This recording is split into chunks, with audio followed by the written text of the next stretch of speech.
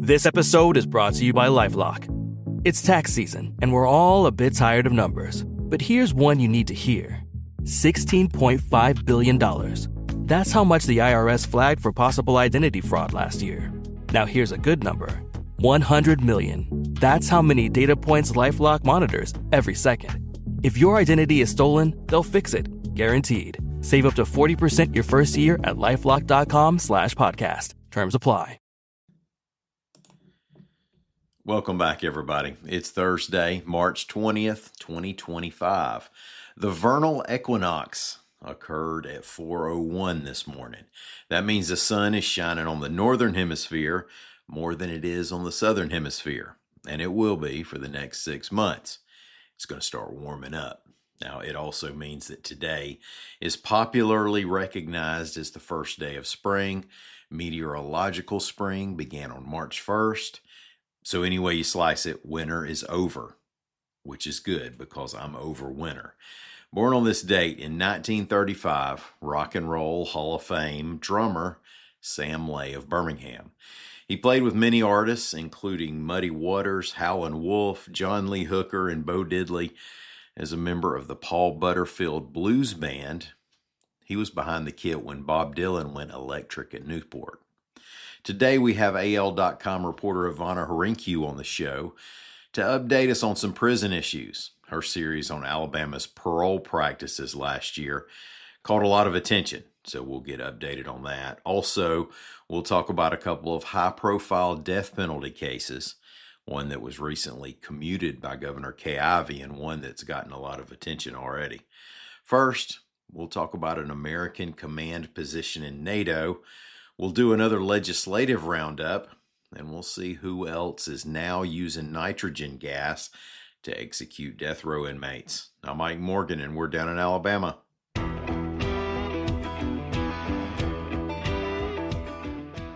As the chair of the House Armed Services Committee, Congressman Mike Rogers, an Alabama Republican, is speaking out against reported plans by the Trump administration to end the U.S.'s hold on NATO's Supreme Allied Commander Europe position, reports AL.com's Howard Koplowitz. The Supreme Allied Commander Europe is a NATO position held by four-star U.S. generals dating back to General Dwight Eisenhower's tenure. NBC reported Tuesday that the Department of Defense may give up control of that post. The report's sources were two anonymous Defense Department officials. Rogers joined Senate Armed Forces Committee Chair Roger Wicker, a Mississippi Republican, to voice opposition to the reported plan. In a statement, the two called for continuing America's leadership among our allies and warned that the plans, quote, risk undermining American deterrence around the globe and detracting from our negotiating positions with America's adversaries, end quote. All right, we have another legislative roundup from the State House. Governor Kay Ivey signed the state Glock switch ban into law.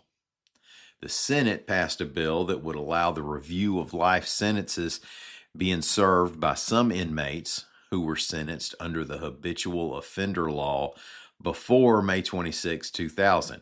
That law was changed to be less hardlined since that date. Inmates who were convicted of homicides, sexually based or violent offenses would not be eligible. State Representative Mac Butler, a Rainbow City Republican, has filed a bill that would require religiously affiliated private schools to accept religious exemptions to otherwise required vaccines. Well, Louisiana resumed capital punishment this week when it became the second state, behind Alabama, of course, to use nitrogen gas to execute a convicted killer, reports the Associated Press. Witnesses, including those in the media, reported some convulsive activity by the condemned man, but nothing outside what they expected. It was the fifth nitrogen execution in the U.S. The first four happened here in Alabama. Mississippi and Oklahoma also have approved nitrogen's use, and Arkansas Governor Sarah Huckabee Sanders this week signed into law legislation approving its use there. All right, let's take a quick break. We'll come back and talk about prisons, paroles, and death row with Ivana Hrinkyu. Y'all stay with us.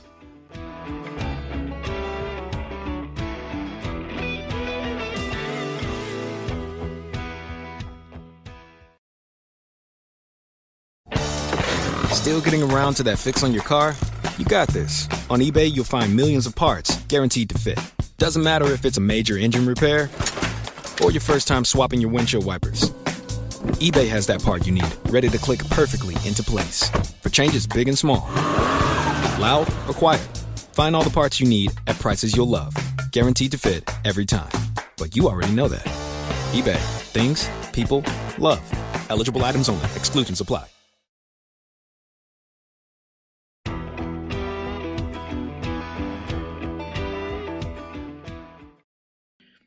Hey, thanks for staying with us, everybody. Today on the show, we welcome back Ivana Hrinkyu. Now, she is a reporter who has covered courts and prisons and the death penalty for AL.com. And gosh, she's maybe been on 3 or 4 times. Welcome back to Down in Alabama, Ivana. Thank you, Ike. I was scared last time that I beat your quiz. You would not ask me to come back. I've completely forgotten about that. You beat my quiz. You mean I'm sure you have. I'm sure you have. You mean you got all 5 questions right? I did. I absolutely did. The record will show. Then you're one of the ones who made Miss Lee Morgan angry because she's done it twice, and she claims she aces it every week, but she comes on here and it doesn't work out for her. I'm not. You know what? I will not get in a fight with Miss Lee Morgan. No, I've learned better. Also, I will take on a Mr. Ike Morgan. I will draw the line at Miss Morgan. That's smart. Just a good move. Good move there. Let's jump in. You've been so busy over the last year and doing what you do. And I want to kind of look backwards. Well, not really backwards, but last time we had you on, I believe we were talking about, other than you acing the quiz, we were talking about your series of reports called Denied, where we learned that the parole rate in Alabama had fallen down to just a trickle of what it was and what the state actually wants it to be. Now, not only did you write about stats, but also so many stories where it wasn't all boogeyman axe murderers being denied, but nonviolent, old people, sick people, people who were in prison questionably maybe, and some in prison for laws that no longer exist. Now, clearly the state was not using its parole system to do what parole systems are supposed to be used for. And I'm really drawing out this first question, but tell me, a year later, since you were publishing these stories, are we still stuck in that same pattern, or have you seen any movement in the parole board? No, there actually has been a lot of movement in the board. The parole rate for the end of 2023, which is when we started the series, at the end, we started it actually at the beginning of 24, but it really looked back on things that had happened through 23 and then through the year as we kept progressing. But those rates were at 8%. We started looking at that 8% rate. And then as we kept reporting throughout the year, that rate slowly began to climb. And I actually just looked at that rate before we started here. And currently it is February 2025, a little bit crazy to even say right now. But for the month of February 2025, the rate was 18% of a parole rate. And that is the latest data that we have. So again, I know that you and I are recording sitting here. It is late March, but latest data we have is from last month. So again, 18%. That 18% is kind of an outlier of where they've been recently. So if we go back to October, so let's go back a couple of months. We've got October 2024, the grant rate was 28%. November of 24, it was 30%. December of 24, it was 21%. January of 25 this year was 22%, and then February was 18%. So we're looking at where we ended 2023 on that 8% mark. We're already looking at triple what the rate is for some of these months. And then if you just want to look at a whole year and really get a bigger idea of how the board is done in a year period. We can look at 24, and the board ended the fiscal year 24 with a 20% parole rate. So that's more than double what they ended 23 with. So it was really interesting to watch every month as we continued to report last Yeah. year, the rate just slowly rising and then again ending on a more than double rate. So pretty much what you're saying is you lit a fire and caused some change there. Well, I'm not sure that that is the case. I would hope that it would be people that are in charge that were paying attention. And again, um, there's been a lot of attention on this issue from the legislature, from families whose loved ones are in prison. We see those family members are constantly speaking out about their loved ones, and some of those family members have said, "Look, my loved one has died after being denied parole for a offense where no one was injured." And then they went back to these prisons and were killed in prison or died of a medical condition that was exacerbated in prison. So those family members have been speaking out continuously and relentlessly. We've seen the legislature take a look at this. Both sides of the aisle have made comments about how they were concerned about the parole process. So I think it was just kind of a lot of voices came together last year to really beat the drum of saying, "Hey, what is going on here?" And I think our reporting reflected that. Yeah, yeah. And to be clear, I was being light. I'm actually saying that you lit a fire. It was a well done series, and Thank uh, you, Ike. it got some attention. And yeah, some leaders started looking at things and going, "Wait a minute, this isn't even how we wanted it to be." So well done there. Now I'll move us to some more work you've been doing. We'll move to folks who have much more serious convictions in most cases. Recently, Governor Kay Ivey made an extremely rare decision to commute a man's death sentence to life in prison. Now, this isn't just rare because Ivey is a pro-death penalty Republican. This is just rare, period, in Alabama. I don't know that it's ever happened in modern times. And we're talking about the man convicted in Ludie Mae Tucker's stabbing death, Rocky Myers. Can you tell us why the governor stepped in to spare Rocky Myers at this late a date? Right, and I think that question actually requires a little bit of background. So forgive me to backtrack a little bit here. Please. The last death row inmate at all person to have their sentence commuted was actually about 25 years ago, and that was Judith Ann Neely. So that was a female on Alabama death Okay. row. So this is the first man in modern history to have their death sentence commuted. There has been some. We had actually reporting on one from AL.com in the early 19 about a case from the early 1900s. So I didn't include that here. I just used the term modern history. I think that's fair. So again, Rocky Myers, first person and first man in modern history, first person in 25 years to have their death sentence commuted. And he made, and his lawyer actually made the point to me during an interview after this announcement, saying, "Look, this has been Rocky's been on death row during both Democratic administrations and during Republican administrations." So kind of the point you made is just like, this is not even a Republican issue. He has been in prison since 31 years, since the 90s. So again, he has seen both sides of the aisle take the governor's mansion, and nobody has done that for him. So very big deal here, big deal for Governor Ivey, big deal for the death penalty in Alabama and really across the country. So Rocky Myers has been on death row for 31 years for the stabbing death of Ludie Mae Tucker, who was stabbed in her house in Decatur. Now, a couple things to note about that. There wasn't a lot of evidence at all, and none of the physical evidence implicated Rocky. There were some fingerprints on a stolen VCR. Those did not match Rocky. They also did not match another suspect who was very quickly charged after the crime, and those charges later dropped when they picked up Rocky, or when they arrested Rocky. But those prints on the VCR didn't match either of those men.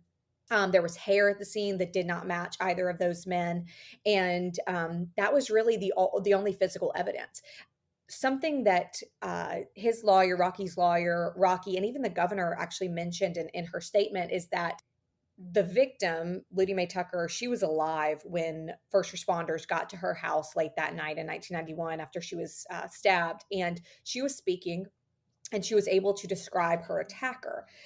But the interesting thing is that Rocky actually lived across the street, and I've been to that house, and it is a very it's not across the street and you think of a huge wide street where you don't know your neighbors, right? They Mhm. lived across the street very close. And Rocky was not working at the time. He was home a lot, and so was Miss Tucker. And the two knew each other. We have lots of accounts from the Myers family, from people that say there was no question that the two knew each other, Rocky Myers and the victim. And the victim did not identify Rocky as her attacker to police. And the governor actually mentioned in her statement of explaining why she commuted this death sentence, one of the things she says is that the victim did not make an identification there. And so I think that's important, again, because the two knew each other. It's important to say. She did describe her attacker, and then she ultimately died when she arrived at a hospital not long after that. So again, that's just a quick rewind there. Now, you asked like what maybe went into that decision. I think it's impossible to know what happens behind those closed doors with the governor and her advisors and other people involved. But she said in her statement that she wasn't totally convinced that Rocky was innocent, but she also wasn't totally convinced enough of his guilt to be able to sign off and put him to death. So she made the decision that Rocky should spend the rest of his life in prison, and the rest of his life, meaning his natural life, without the opportunity for parole. So what that means is that Rocky will be moved off of death row, which is located in Holman in Atmore, Alabama.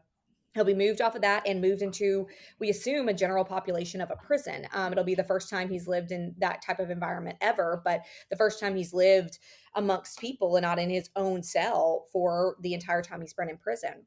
So I think that it's going to be a huge change for him, but he is thrilled. His lawyers are thrilled here, and obviously, to say it's a life changing announcement is kind of underscores that it is literally a life saving announcement for him. Yeah, it feels kind of weird with, either you did it or you didn't. So you're coming off of death, but you still face life in prison. And then if he didn't do it, then there's another step that justice would have to take place. And I know that's speculatory down the road. Well, and I'm actually, while we're talking, I'm pulling up the announcement from the governor so I can get this right. But she says in here that, and again, this is what she publicly said were her reasons for making the decision. She said no murder weapon was found, no DNA evidence, nor fingerprints or other physical evidence ever tied Mr. Myers to the scene of the crime, which you and I have just talked about. And then she Mhm. also said, although Miss Tucker knew Mr. Myers and let her attacker inside the house, neither she nor another victim ever identified Mr. Myers. That is again, that's just a very quick overview of what you and Mhm. I have talked about, what I've reported Sure. over the years. So she also mentions in here there's other circumstantial evidence, but it is riddled with conflicting evidence from seemingly everyone involved. So that was a kind of a nod to a trial. There were a lot of people who took the stand and kind of all pointed the finger at each other. And there was at least one juror in the case from 1994 has said that she thought, and a lot of the other jurors also thought he was innocent, but they were worried that if he was retried, he would be sent to the electric chair. So they made a decision that they thought was strategic in convicting him, but they wanted him to be sentenced to life.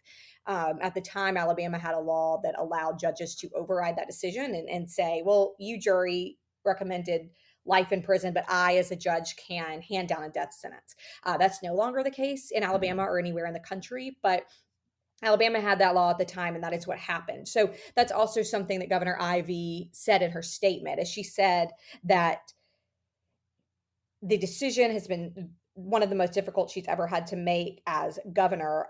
But she also said that I must respect the jury's decision to convict him and the jury's recommendation that he be sentenced to life without parole. So she did mention that in her statement of saying, this is what the jury wanted, so I'm going to go with what the jury wanted and not what that judge wanted who overrode that sentence.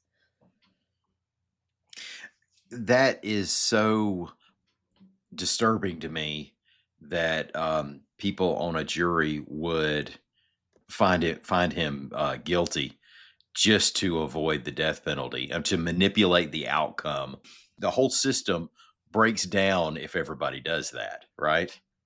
Right. And I think it's really easy to say, to a juror like this one in Rocky's case. Well, why would you do that? Why would you vote that way and make what you thought was a strategic or a reasonable decision when you were a juror and you put him there? Like I have heard over the years so many of those types of comments, and the juror has said, "Look, whether I did what was right or wrong, I did, and me and the other people on that jury did what we thought was the best decision at the time."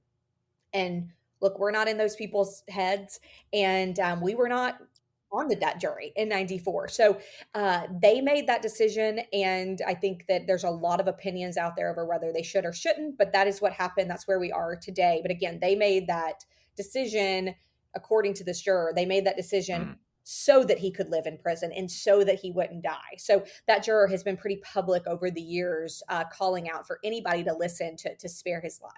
Okay. And this also, some of this stuff can be reflected in the next case I wanted to ask you about, is another one that's coming up. ToForest Johnson. This surprising commutation that the governor made for Myers has a lot more people talking about Johnson, who's on death row, over mostly and you can get us straight on this, a witness who thought she heard him confess over the phone. This is going to be a national story if they set a date. So can you tell us about this case and where we are? Sure. So ToForest Johnson is a man from Birmingham. A lot of people in Alabama know his story, but if you don't, just the quick overview. His case has been in the spotlight for years. He is 52 now. He was convicted of capital murder in 1998 for the death in 1995 of a Jefferson County Sheriff's deputy named William G. Hardy. He was shot to death while working a part-time job for a Birmingham motel.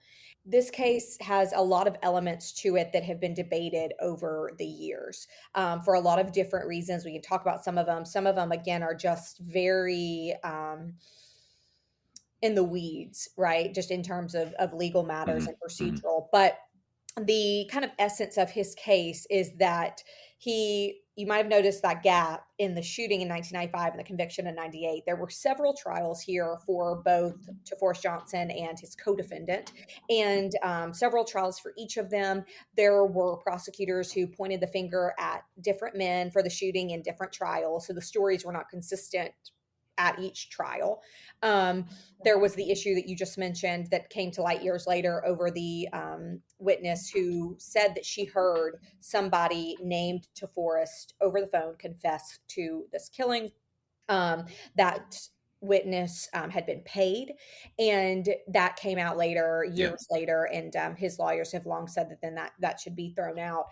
This case, again, has been back and forth. It's almost like volleyball in the court system for years and years and years. But it's important to note that his case right now is currently back in Jefferson County, which is where it all started years and years ago, 30 years ago. And currently, the Jefferson County District Attorney, Danny Carr, he was not in office when the shooting and this conviction happened. His office said years ago in 2020, hey, I think as Jefferson County DA that we should retry ToForest Johnson with all of the evidence that has come forward over the last 30 years, that we should not stand by that conviction and we should retry this case. And since then, there have been so many people on both sides of the aisle, former prosecutors, former district attorneys. The former original prosecutor on the case actually has even come out and agreed that there should be a new trial. We've got people very well known in Alabama. We've got Doug Jones, Bill Baxley, Drayton Neighbors, a lot of big names in the Alabama legal system have come out and said that they all support a new trial. So currently this case is in a Jefferson County, being decided by a Jefferson County judge to say, okay, we're going to retry him and see if we can bring back the evidence that should be allowed into court and see if we can convict him again. Or the alternative is no, we don't give him a new trial and he just remains on death row. So the Alabama Attorney General's office is fighting. They don't want to retry this case. They have said there's enough evidence. This was fair. We should leave him on death row. So ToForest Johnson is still very much in the middle of litigation. Rocky Myers was not in the middle of litigation, and he was, the Alabama Supreme Court had already said that he could be executed whenever the governor wanted to set a date. So big difference there in terms of the timing. And Rocky Myers, again, was probably going to be put to death sometime this spring. So TaForest Johnson is still in the middle of active litigation. That it is not likely that Okay. there would be an execution that would be authorized by the Alabama Supreme Court anytime soon, because again, he's in the middle of that case. I'm sure whatever decision comes in that Jefferson County case will likely be appealed anyway. So we are looking at quite a bit longer for the TaForest Johnson case to unfold in courts before that even became a question of, again, the execution being authorized. So Rocky was at the end of his rope in terms of courts. He didn't really have any Okay. legal options there. And his lawyers had even said for years, Okay. hey, the only thing we really can hope for is for the governor to step in because he's out of options. TaForest is not at that point. He is in the middle, again, of this active litigation. You're less likely to see a governor intervene if the courts are still handling the case in any way. Absolutely. And he is, again, he's looking for a new trial. So that's also very different than saying, even in a judicial override case like Rocky, of saying, well, the jury recommended this sentence and we want a sentence of life. Or there's lots of different legal arguments a lot of death row inmates make. But TaForest is different in the fact that, again, he is looking for a new trial, and he's, again, litigating this currently right here in Jefferson County where he was convicted. And again, you have the original prosecutor on that case from the 90s who has stepped up and said, you know what, actually, I don't stand by that conviction. We need to retry him. And just for the record, like that's very very rare, and that is why that I think everybody in Alabama, or a lot of people in Alabama, talk so much about TaForest's case, because there's a lot of rare elements in that. Yeah. Well, yeah, and not to make too much light of this, but if this were TV, someone would be out there, investigating the quote unquote real killer, and we would all know by the end of the episode. But that's Right. I think that CSI effect, as I've heard it called so many times, is really it's really baffles people when you think somebody, again, like TaForest Johnson, has been litigating this case, and we've been, again, talking about all these elements of that case since 1998. Again, you look at Rocky since 1994. We've been talking about all these different things, and it's 2025, and a resolution maybe has just come for Rocky. TaForest is still waiting on his resolution there. That's 30 something years. And I think that people sometimes think that justice can be very swift, and that's not always the case. Yeah, it's not very exciting to watch, a couple of 30-minute episodes of a case just sitting in a courtroom. Right. And it's also not, it's so funny because I talk to people and I get really excited about different cases I'm covering, especially different cases that have, again, these unexpected elements. And people will say, oh, well, what's going on with it? And then I will say, oh, well, it's just like sitting in court. And they'll say, well, what do you mean? Like, if there's, say, in a different case that I cover, there's DNA that matches somebody else, right? And so people will look at me and they're like, well, what do you mean it's sitting in court? Like, there's DNA that matches somebody else. I'm like, yeah, I know, but that's the way that our system works. You have to wait to see. In a lot of cases, you have to wait and see, okay, is the state even going to let defense attorneys retest that evidence and see if it comes back somebody else? So, right, you've got years and years just waiting on that. And then if they do get the evidence and retest it, then you've got years for that. And then you've got years of, oh, it does match somebody else, years to go from that. So it's a big misconception that once, even if you have a really big piece of information or a big piece of evidence or a revelation or anything like that, it still does not mean that justice speeds up for that. Usually it still takes the courts a much longer time than a lot of people would like to catch up. And so it's not always exciting. A lot of times I am just sitting here just refreshing different court pages. I have about 700 tabs open on my computer, much to the chagrin of our IT department. And I just refresh them every day, every few days, to see, okay, what is the latest filing in here? And again, I know that's really frustrating to people who want that resolution at the end of an episode. And I'm sure it's really frustrating, again, to the people involved, the victims' families who are involved, and the person often who is sitting behind bars involved too. It's frustrating for everybody. Well, that's why we have you on periodically, so you can make the last 6 months sound, like it's a tight little 22-minute episode. Right. It's also so funny because I feel like in my job, things happen at such a slow pace. Like I feel like for weeks I just am like sitting in my cave of a home office and just like, again, reading and researching and refreshing pages, and then everything happens at once, and it is just everything is Mhm. happening so rapidly, and I'm using both of my phones to get calls into different attorneys and different sources, and writing so furiously. But then again, it's followed by, like you said, a 6 months of just slowly waiting, slowly watching for new filings, slowly reading things. So it's really funny, just the ebb and flow and the roller coaster of it. Maybe you're finding out that it turns out that judges like to fish too. Well, you know what? So it's funny you say that, because not too long ago I thought, you know what? I'm going to take a Friday off to myself, right? Like all of my cases are kind of in that stage where I'm just waiting in court documents and just waiting on things to happen. I've read everything. It's fine. I can take a Friday. And I actually went shopping and was really enjoying myself, was spending a little bit of money I got for my birthday, bought some new boots, hanging out. I get in my car, and thank the Lord I had my laptop with me. I guess that I just have learned that I have to carry it even on my off day. And I got a phone call from somebody, and there was a really big tip and a story that I had been covering for a while. And they said, like, this is about to come out. And I thought, oh my gosh. So in the middle of the this mall parking lot, I moved my seat back, put my laptop in my lap, and fired up and just started like working and writing in the middle of the mall parking lot. And again, like you said, okay, well, if somebody involved in the case wanted to take a break, I would like maybe a memo so I could take the same off days, so I didn't have to worry about that coming out when I'm also trying to take an off day. But that is not how it happens. That's awesome. Yeah. What else is going on? Is there anything else we need to know from your world? I guess you came through the weather last week. All right.